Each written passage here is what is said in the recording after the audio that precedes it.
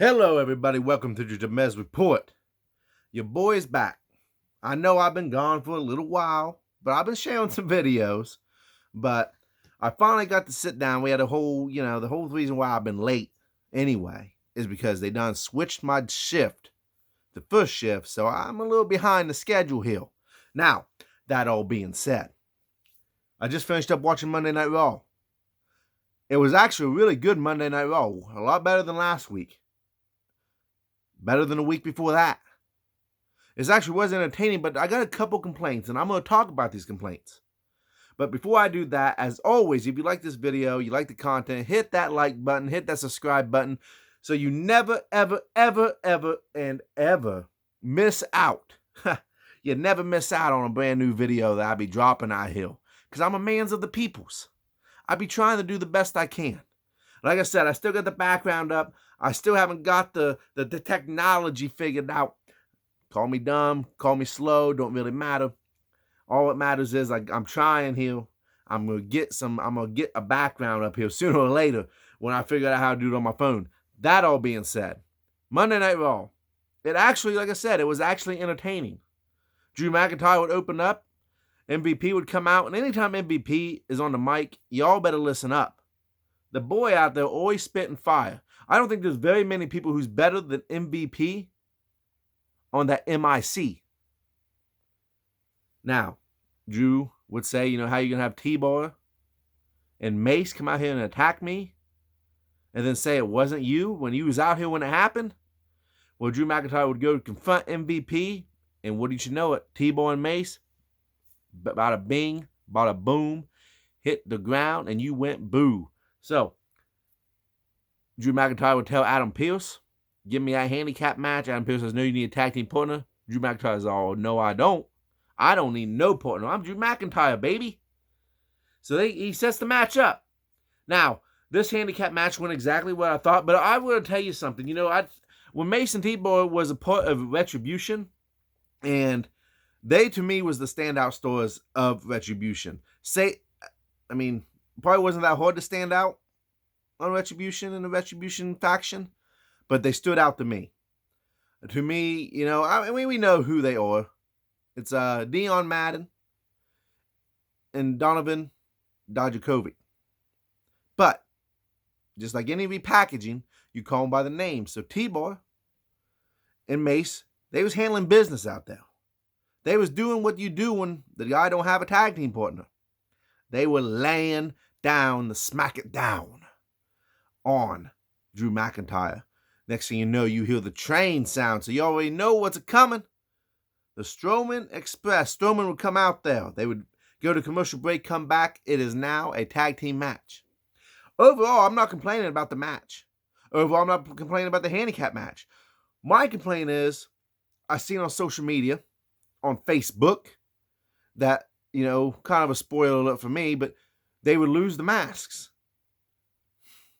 I hope this is not the direction that WWE is going to go, especially if they're going to keep this black attire, the Retribution theme song, kind of that Mad Max type of feel to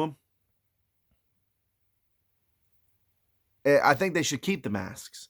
One, you don't see masked wrestlers in WWE as often, besides Kalisto and the Lucha House Party, unless you're a luchador like Rey Mysterio, or somebody of that nature. You don't get to see that many masked competitors. And I felt like having the masks on T-Bar and Mace really helped them stand out better. The mask wasn't didn't cover them so much where you couldn't read the emotion, and it wasn't so tight where you couldn't understand what they were saying. So I really think they should have left the masks on Mace and T-Bar, and I hope they go back to the masks. That's just my personal opinion. I don't understand. To me, Braun Strowman's yelling, no one's going to remember who you are. And you know what? Braun Strowman's right. If you keep the mask off, the one thing that was helping them stand out, especially on Monday Night Raw, they should keep the masks. So yeah, maybe them losing a mask may not help them. I don't know. I don't know how good of an athlete, or I shouldn't say athlete, how good of a seller Mace is. I know what T-Bar can do. I've seen him battle on NXT with Keith Lee, someone who has disappeared completely off the map in WWE, which is a crying shame, you know? Old Keith Lee, Mr. Limitless, man, he's been limited on the Monday Night Raw. My personal feelings are, move him over the SmackDown, because you might as well. Maybe that's what the plan is. But as far as Mace and TBar are concerned, the tag team division on Raw is not as good as the tag team division on SmackDown is. And that's that's a personal opinion. If you compare the tag team division on Raw, it's been focused around what? Kofi Kingston and Xavier Woods of the New Day. It's focused on AJ Styles and Omos, who are fresh champions, and I ain't seen them on TV since they won the championship belts at the WrestleMania.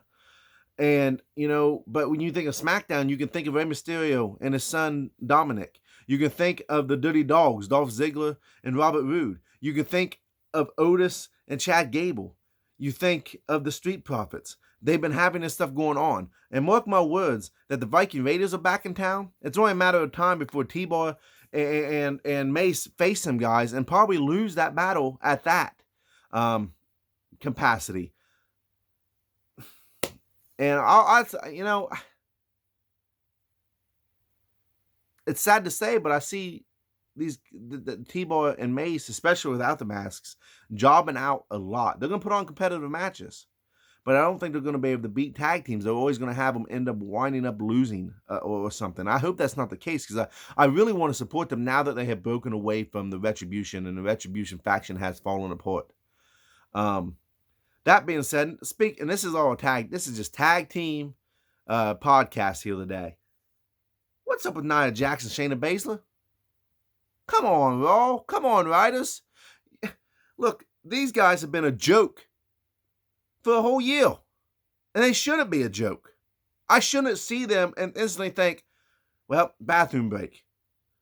Some of it can be blamed on them as competitors, but most of it has to be blamed on the storylines in which they're being placed in. Now, all of a sudden, Nia Jax is having mind games played on her by Mandy Rose and Dana Brooke, of all people. Shayna Baszler's getting beat by Naomi and Lana.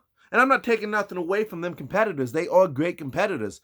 But where's the competition? Where's the believability that Nia Jax and Shayna Baszler are this dominant tag team in which they come out week after week proclaiming and always getting beat until the championships are on the line and they somehow miraculously win? I don't hate the tag team. I don't hate the pairing. I hate the direction in which they are being placed in. Make these two the dominators that they should be. Make these two unstoppable like they should be. The fact that they're not being made unstoppable. The fact that they're being beat by these people, but for stupid reasons. I'm not saying that Lana and Naomi can't get the win. But let them get a clean win, or let them make a normal tag team mistake.